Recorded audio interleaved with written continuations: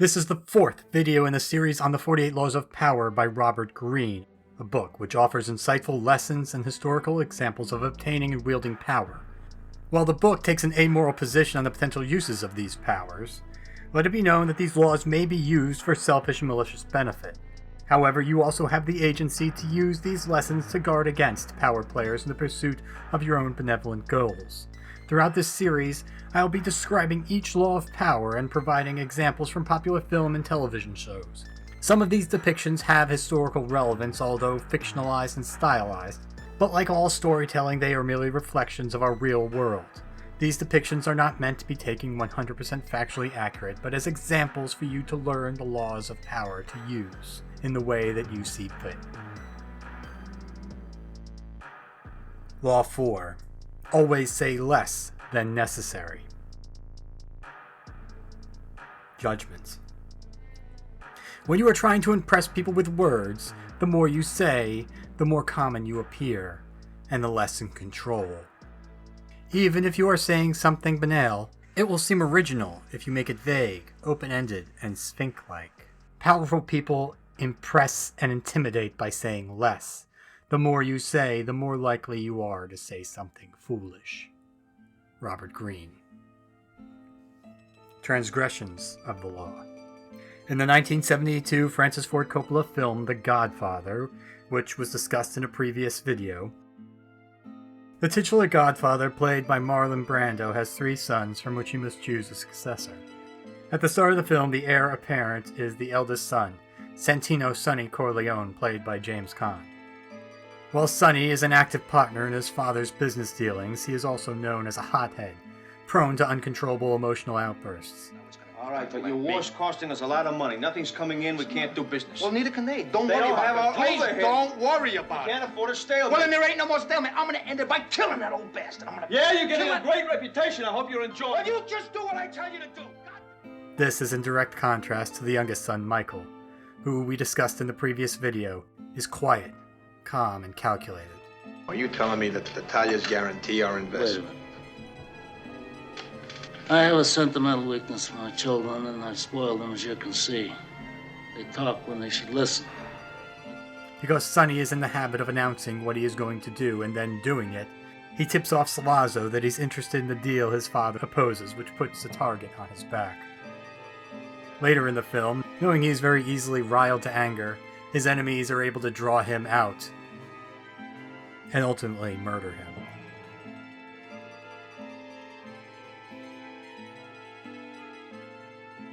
In the 2019 sensational Broadway musical Hamilton, written and performed by Lin-Manuel Miranda, about America's first Treasury Secretary, Alexander Hamilton, the musical highlights Hamilton's talents for speech and prose throughout the first act. Oh, am I talking too loud? Sometimes I get overexcited, shoot off at the mouth. I never had a group of friends before. I promise that I'll make y'all proud.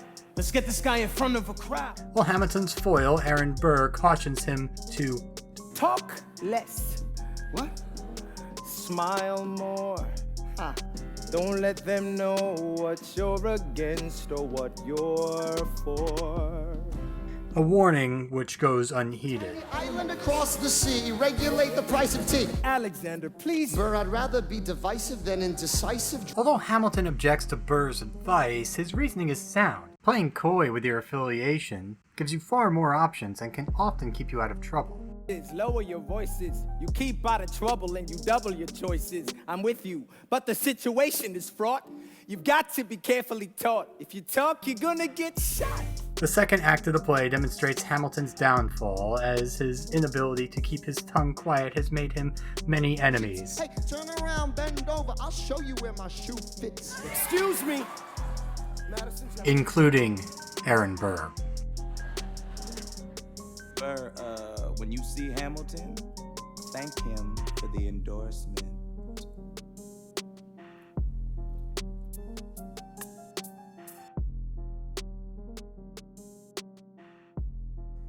Observations of the law. For a lesson in the deployment of an economy of words used to intimidate, we turn to a lesson from ancient history.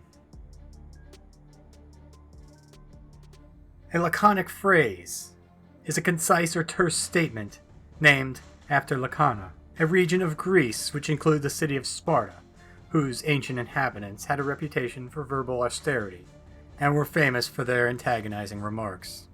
Several uses of historically documented laconic phrases are showcased in the otherwise ahistorical and heavily stylized 2006 film 300, which tells the story of an outnumbered Greece defense of an invading Persian army in a narrow mountain pass.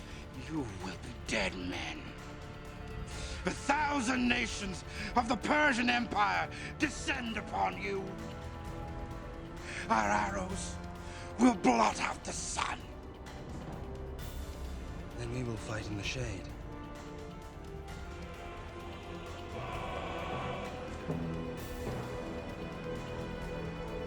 Spartans! Lay down your weapons! Come and get them! Perhaps the shortest and most famous example of a laconic phrase came when King Philip of Macedon was in the process of a major campaign to control most of Greece. He sent the following taunt to the Spartans. "You are advised to submit without further delay. For if I bring my army to your land, I will destroy your farms, slay your people, and razz your cities." Sparta replied to King Philip's threat simply with one word. If. From the battlefields of ancient Greece to the fields of Waterloo, we travel to see how other military commanders managed to accomplish more by saying less. The 1970 film Waterloo tells the story of Napoleon, played by Rod Steiger, as he launches his comeback campaign to take back his European empire and his seat of power. I have come back! I am France and France is me! The towering figure of a man known for his short stature did not suffer insolence or betrayal. All Europe has declared war against me. Not against France, but against me. They dignify you, sire, by making you a nation. By all rights, he was the sole commander of the empire and the army that he marched with. Why is it Grouchy does only 6 miles a day and I do 10? Well, tell him the roads are the same for everyone. True? True? Yes, sire. His marshals hung on his every word and followed them without question. Then you tell him to walk faster. His opponent, on the other hand, the Duke of Wellington, Sir Arthur Wellesley, played by Christopher Plummer, was not an emperor. He is not even the highest-ranking royal on the field of battle that day. He was the general of a coalition of sovereign kingdoms brought together in one common cause, to defeat Napoleon once and for all. Some of the armies he now led once marched for Napoleon himself. Unlike the French cohesive army, that were commanded by a single voice for a single purpose, Wellesley had to play politics. I beg Marshal Blucher to come to Waterloo by 1 o'clock.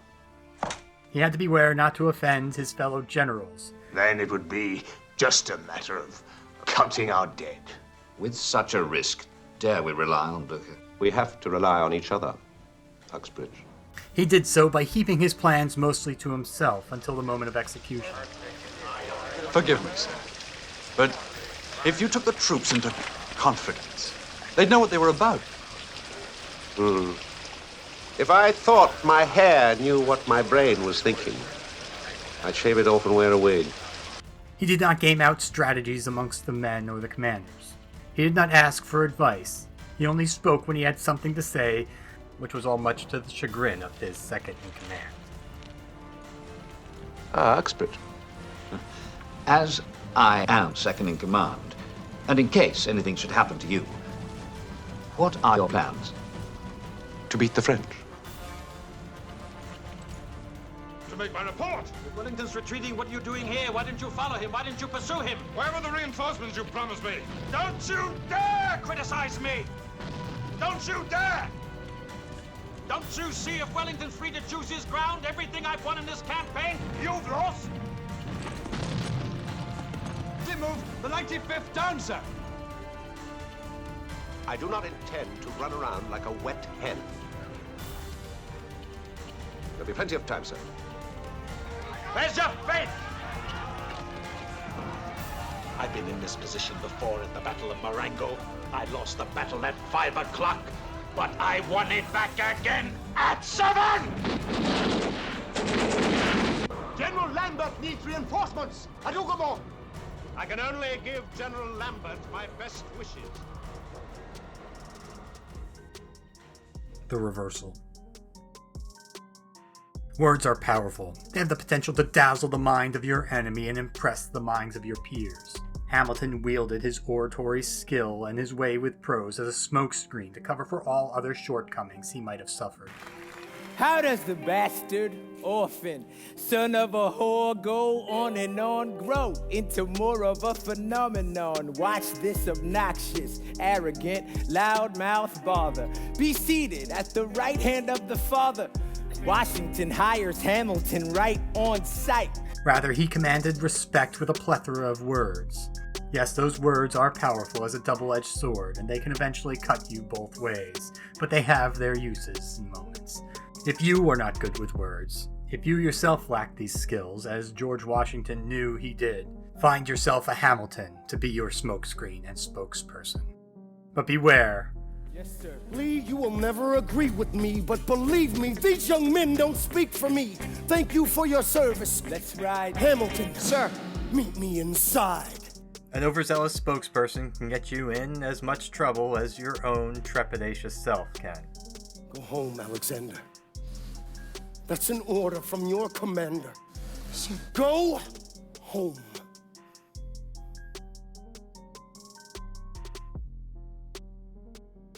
This has been a production of Minimum Effort Media. There are new video essays here on the first Friday of every month. If you would like to own a copy of The 48 Laws of Power by Robert Greene, you could do so using the link in the description below, which would help benefit the channel.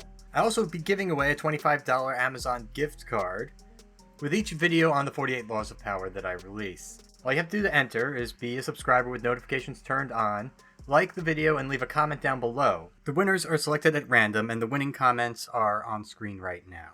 Please contact me at The Lazy Stoic across all social media in order to get your contact information. Thank you for watching.